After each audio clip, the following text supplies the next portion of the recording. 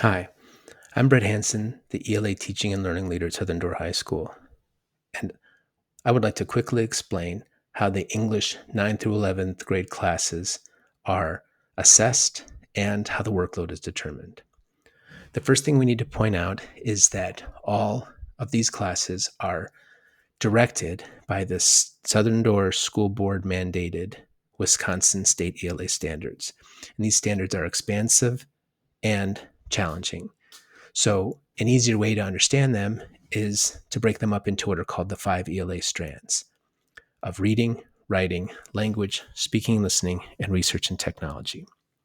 So, reading and writing are the two most important, and they are worth more points in each quarter, 30% of the points each. Students will be expected to read 2 to 3 times per week based on the class, what's going on in the class, and how many days of school they have. Every quarter, and including at the beginning of the year, they will um, take the STAR assessment, and that will result in a grade that is half of their reading grade. Now, most of the time for students, especially for the ones who don't read as much as they should, this score helps the students. And we always make exceptions for students who are down in the lower ranges of the scores. But we need an accurate assessment in accordance with the Wisconsin state standards. And so that will be 15% of a student's grade.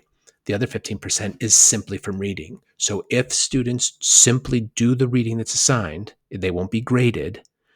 That gives them 100% for half of their reading grade. And then that is averaged together with their assessment. So the second category is writing. Writing is a little bit more difficult to assess than reading. So we have developed a program for measuring the growth and writing skills based on the Wisconsin standards using Google Classroom and a series of consistent prompts that students will do once a quarter, including at the beginning of the year, that are very similar in structure, so we can assess them the same way at each quarter to determine their growth and to identify what areas they individually need to work on for improvement. Students will be allowed to earn growth points, just like with the reading, and they will also be able to do revisions throughout the quarter. And if they feel they had a bad quarterly assessment experience, they can ask to redo that one as well. Now, some people are uncomfortable with us using AI and ChatGPT 4 to do these assessments, but these programs have come along unbelievably well in the last year. And last year we did a pilot program identifying the best way to use this to consistently and quickly assess students' writing based on the standards. And I can honestly and humbly say that it can do a better job than I can when it comes to grading 120 essays in a timely manner. I promise you that this is for the best interest of the students. The writing grade could also be affected by some writing activities, and then students, as I said before, will be awarded for growth, because that's always our goal: an accurate assessment and reward for growth. The third category is language, and the language percentage will vary based on the class. At the higher levels in English 11 and in ACT Prep, they might be worth 20 points, and in English 9 and 10, they might be worth 15 or perhaps even as low as 10, but they're pretty much consistent. The language score is basically the rules, knowing how to use punctuation, knowing how to properly form a sentence, knowing the difference between there, and there, those usage issues. And it is primarily directed by the standards as they lead toward the ACT expectations.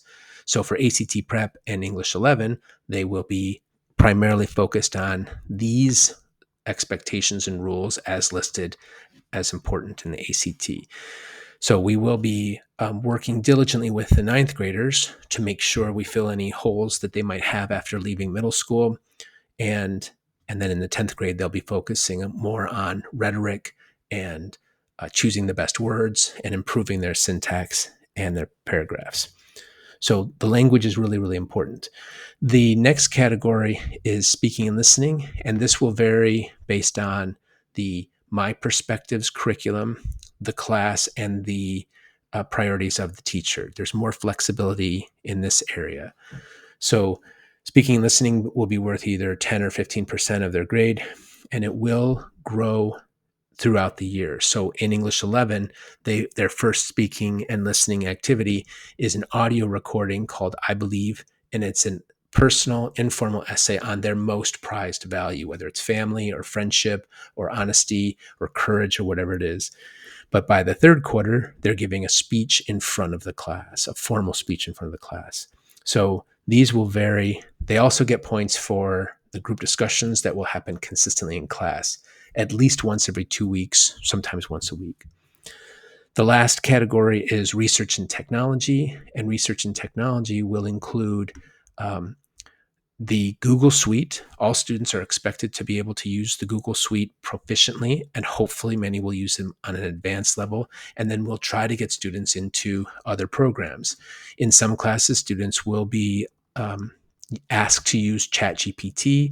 They will also be asked to use some of the other programs like Gamma, Crayon, and Murph AI based on their projects and their proficiency. Some students will get further along than others. But our goal is to prepare them for the future they're going to live in, and that is filled with technology, including artificial intelligence. So once again, our goals are accurate assessments and growth rewards. We want them to learn as much as possible, but we don't want to inflate their grades, and we don't want them to feel like they're not being rewarded for their work. The seniors, some of the juniors, and small groups of students will be taking articulated classes, and those assessments and workloads are determined by the affiliated college.